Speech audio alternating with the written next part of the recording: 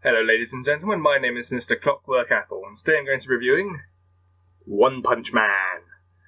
The manga. Goes backwards because it's manga. Based on a webcomic by this artist guy called One. The premise of One Punch Man is that a guy wants to become a superhero so bad so he trains and trains and trains and becomes the strongest man in the world. The problem is now he's horrifically bored because there's no fights left to give him a challenge. So this basically follows his adventures as he tries to find a new opponent to fight, someone who'll be fun, and, well, that's the original part of the premise. Obviously that's not enough to sustain a book, so basically as the plot continues, it takes different turns. The first real twist is that there's a cyborg called Gino, who you can kind of see on the back here, floating there, who sees our main character called Saitama, sees him in a fight, and decides that he wants to become his pupil to find out how to become stronger. Saitama doesn't want to have a pupil and doesn't want to train him.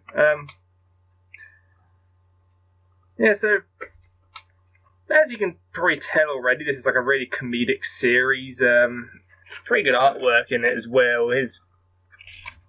Most of the detail, most things are really well drawn, except for Saitama himself, who most of the time is like this cartoony idiot, basically. It's really funny, basically because he has no challenge and no fear left, he doesn't take anything seriously anymore, which actually I think it makes for a really funny main character, this sort of blasé, uncaring hero guy. As I said, there's the plot twist of Gino, and later on there's another twist where he turns out he's been a freelance hero this whole time, which is why no one knows who he is, and he has to join the Heroes Organization, Heroes Association, that's the one, in order to become recognised. And you get given a test to find out what rank hero you'll be. Turns out because he's so strong, he gets like 100 points out of 100 on the physical test, but he only just passes the written test, which basically puts him in the absolute lowest rank of heroes, even though he's the strongest man in the world. I think that is a hilarious concept. It's just because he's an idiot, he doesn't get very high in the organisation, even though he could beat every villain in the entire series with, as I said, one punch. It's right there in the title. So as I said, this is based on a webcomic. That's still online if you want to read it. There's also an anime being produced. Unfortunately, it hasn't been released on English DVD yet, which annoys me because I really liked the anime. It's why I actually bought the manga in the first place. So if you're looking for a comedic manga or anime or, again, webcomic, really should give this a try. It is so much fun to read just because of how silly it gets at times. It really plays up the anime stereotypes. Everyone except the main character is incredibly shonen. They've all got dramatic backstories, huge great transformations, over-the-top special attacks. And here's our main character. There's this bold guy in his pajamas whose entire backstory is that he wanted to be a hero and that was it. So this is definitely a parody series. I've got 4 of the mangas here. I think there's quite a few more, but as I don't really want to buy all of them at once, spend all my money. Each manga has a different main character on the front, so we've got Saitama, Gino. This guy's he's a ninja who basically decided that Saitama is going to be his rival, even though Saitama didn't want a rival, and I don't think he didn't even realise that he has a rival.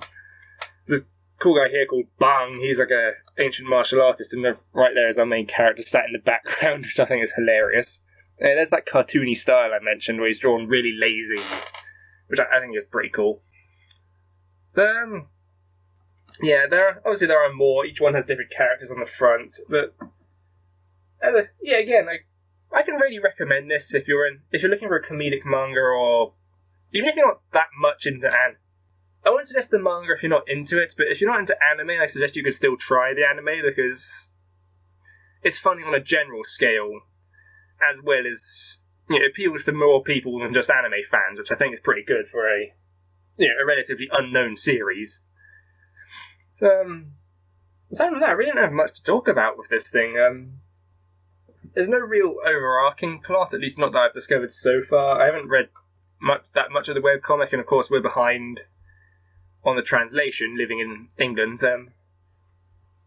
Yeah, so I don't really have, as I said, I don't have much else I can say about this. The lack of overarching plot doesn't give me much to talk about, but each different, it sort of comes in sections, really. There's, an event happens, and it builds up until Saitama punches it.